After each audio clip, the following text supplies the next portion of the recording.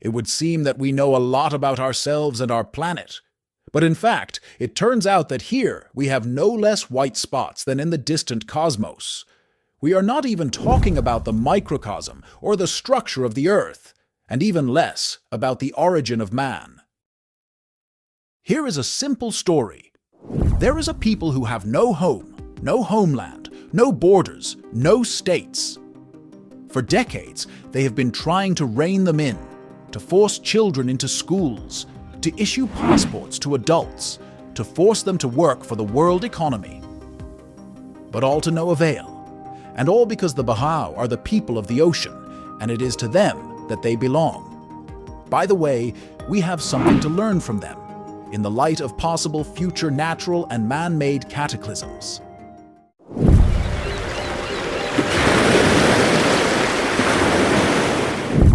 The Earth's climate is changing rapidly. The mysterious El Niño phenomena are becoming more frequent. The caps of thousand-year-old glaciers are melting. The level of the world's oceans is rising. And even in the middle of the continent, whole cities are going underwater because of unprecedented intensity of floods. How can we survive all this? Especially since even world-renowned scientists predict the hottest spring and the hottest summer this year, almost in the entire history of observations. The Bajau people answer this and many other eternal questions, simply by their mere existence. They live in the middle of the ocean in a triangle between three groups of islands. That is why they are called a Filipino tribe, although they have nothing to do with this nation. For many hundreds of years, these people have learned to survive in waters swarming with ferocious sharks and even make friends with these predators. And they need very little to survive and live happily, just to fish and catch coral and sometimes pearls. What kind of tribe are they? Where did they come from, and why do they refuse to live on land?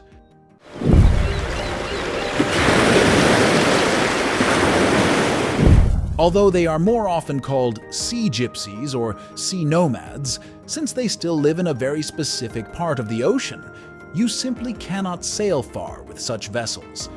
They move and exist on long boats, traveling mainly by using oars. On the same ships, they store all their rudimentary scrub and go through life. Of course, there are richer people who, for various reasons, build their houses on stilts near some islands or on coral reefs. But even those do it in such a way that their houses can be reached only by water. It is difficult to say where this tribe came from and how numerous it is now. The lack of any written sources, as this people has no written language, makes it difficult to say where this tribe came from and how numerous it is now. It is assumed that they are at least several hundred years old. The Bajau themselves tell a legend that long ago they also lived on the shore, but one day a strong hurricane blew the daughter of their king into the ocean, and he sent his people to search for her. They've been looking for her ever since, and they can't find her. It's a beautiful legend. In principle, there is nothing supernatural, and this story has the right to exist as the official history of the whole nation.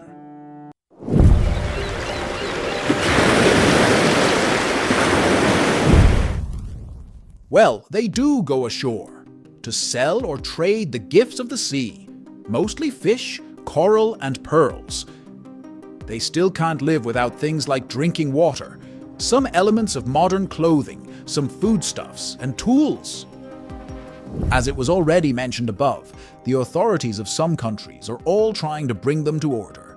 They build houses, schools for children, and other infrastructure on the shore.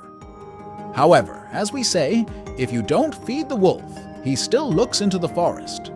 Maybe this saying is not quite appropriate because we are talking about people, but it reflects the situation very well. The Bajau themselves say that when they are on land for more than 2 days, or even less, they become uncomfortable and experience unbearable anxiety.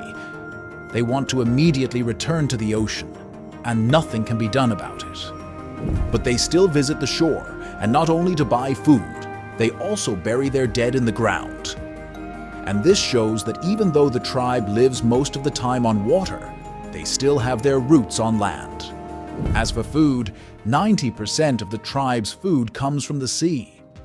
And here, the lovers of delicacies can really find a lot of new things for themselves.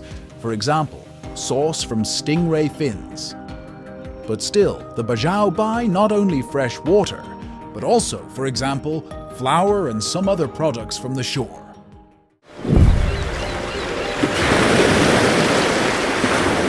The people of this tribe spend up to 95% of their day on the water. What do? They spend about 8 hours fishing and spearfishing, and up to 5 hours of that time underwater. How do they do it? But you just don't know yet that underwater bajau can stay, according to different data, from 15 to 20 minutes, while any other, even a well-trained person, can dive no longer than 5 minutes. Plus, they can dive to depths of up to 30 meters, and some even twice as deep, which is not realistic at all without special equipment like a scuba tank. But not for Bajau. These guys are almost born in the water, and at an early age they learn to swim and live in the ocean. It is hypothesized that they pierce their eardrums at a very young age so that the pressure does not prevent them from diving to great depths. That's why in their old age they can hardly hear anything. At least, they all have damaged eardrums, which can also be associated with deep diving. However, scientists have recently discovered another possible reason why the Bajau feel so good in and under water. It turns out that their spleen is disproportionately enlarged, which gives them extra blood flow when it is badly needed, for example, when diving.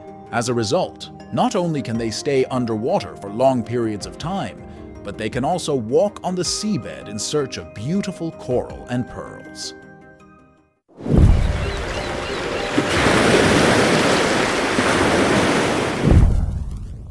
We have already mentioned that the Indonesian authorities have been trying to tame these sea vagrants for a long time. They have built houses and schools for them.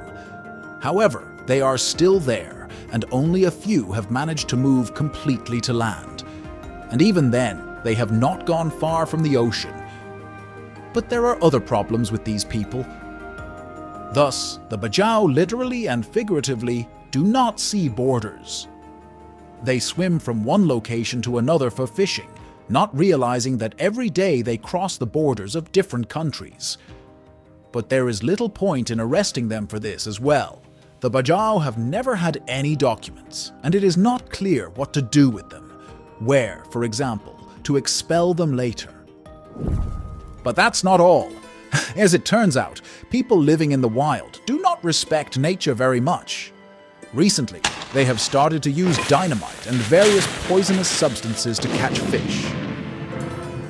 Of course, this is undoubtedly the influence of civilization, but it does not diminish their guilt for destructive impact on nature. However, there is no instrument around, which we used to call the state, to punish them for this, or at least to punish them by issuing a fine. It goes without saying that civilization still does not pass by even such a people, and many representatives of this tribe gladly enjoy its benefits. Is it good or bad? On the one hand, it is good.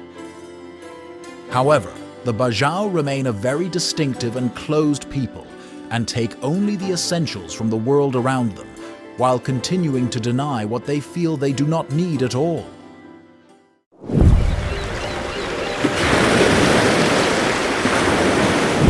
Despite the fact that the Indonesian authorities do not give up their attempts to somehow tame the Bajau, the process is progressing with difficulty. But even those few who have decided to move to land are experiencing serious difficulties, not only related to psychological or physical discomfort. The whole point is that even if they want to, it is very difficult for them to obtain any documents, as people do not have citizenship. All this leads to the fact that they cannot get access to either normal education or qualified medical care. Therefore, adult members of the tribe not only cannot read and write, but they even find it difficult to tell their age. Perhaps the rest of the world really has something to learn from them, For all the disadvantages of the sea nomad's life, they really do not worry about borders and passports and coexist quite peacefully, not only among themselves, but also with the world around them. In the network, by the way, there are real photos of bajau babies playing with tame sharks. So, maybe we don't need many of the conventions we are so used to in order to live peacefully and happily. They do not know what the past and the future are, do not think about time at all, and truly live today.